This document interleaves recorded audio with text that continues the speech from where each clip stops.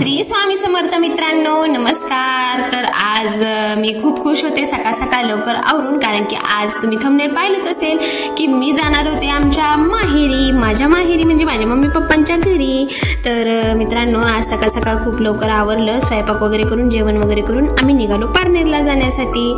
तर फायनली आम्ही 1-1.5 तासाच्या प्रवासानंतर पोहोचलो पारनेरमध्ये।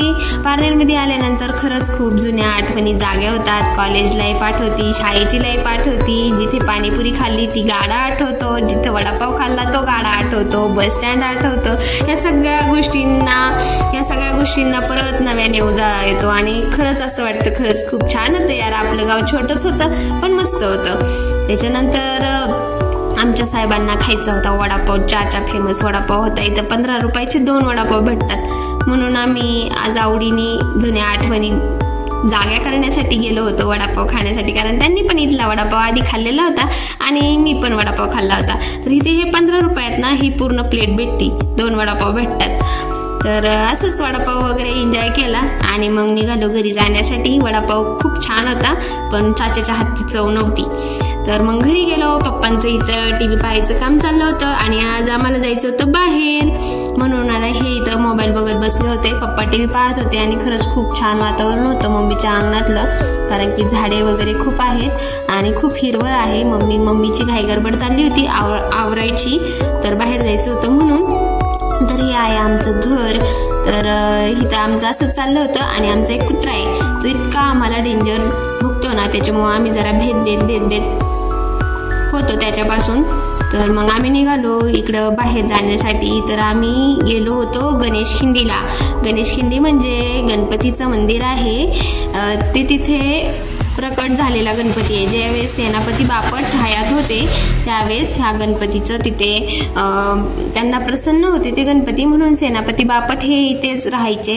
तर हे जवळजवळ 7-8 किलोमीटरचं अंतर आहे पारनेर पासून। तर खूप छान आहे। संकष्ट चतुर्थीला इथे खूप गर्दी असते आणि पारनेरमधून इथे मोफत बस वगैरे पण असतात दर्शनासाठी। तर आम्ही आलो इथं दर्शन घेण्यासाठी। तर खूप प्रसन्न वाटलं आणि एकदम डोंगरात आहे आणि असं थोडंसं खोल आहे। तर गणपती बाप्पांचं आम्ही असं दर्शन घेतलं, खूप छान वाटलं। आणि असं म्हणतात की ह्या गणपती बाप्पाला आपण जर कोणती इच्छा मागितली तर ती इच्छा पूर्त होती, म्हणजे इच्छापूर्ती गणपती बाप्पा आहे। तर आम्ही असं काही मागितलं नाही पण दर्शन वगैरे एकदम निवांत घेतलं।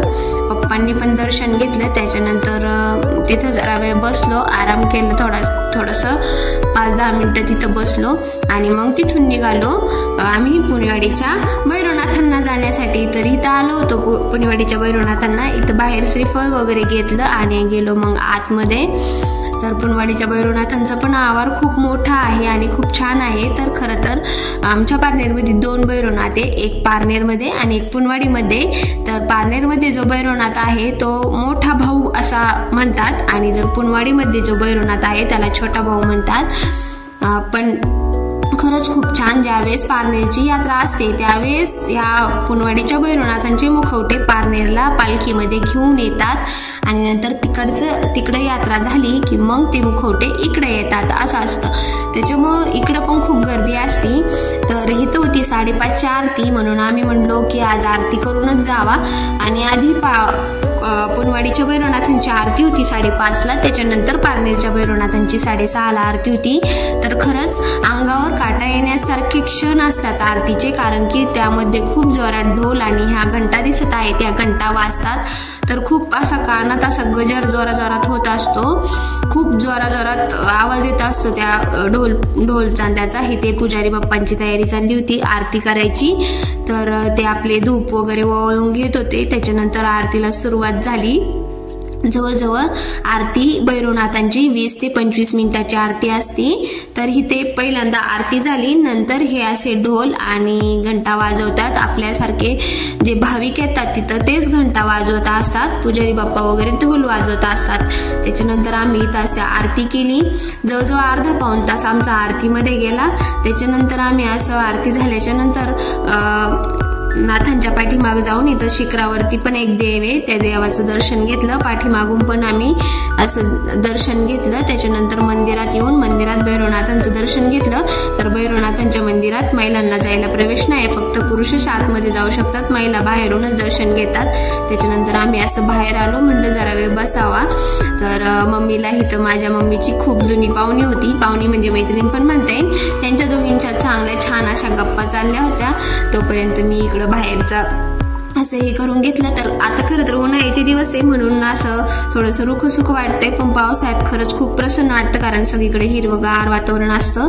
त्याच्यानंतर इतर बाप्पांनी आमच्या गाडीची पूजा केली, कारण माझ्या पप्पांची इच्छा होती की बाप्पांच्या हाताने भैरवनाथांच्या एकदा गाडीची पूजा व्हावी. तर त्यांनी ऐकलं आणि त्यांनी आमच्या गाडीची पूजा केली. फायनली घरी आलो, जेवण वगैरे केलं आणि मग निघालो आम्ही श्रीगोंद्याला येण्यासाठी. तर भेटूया पुढच्या व्हिडिओमध्ये. धन्यवाद.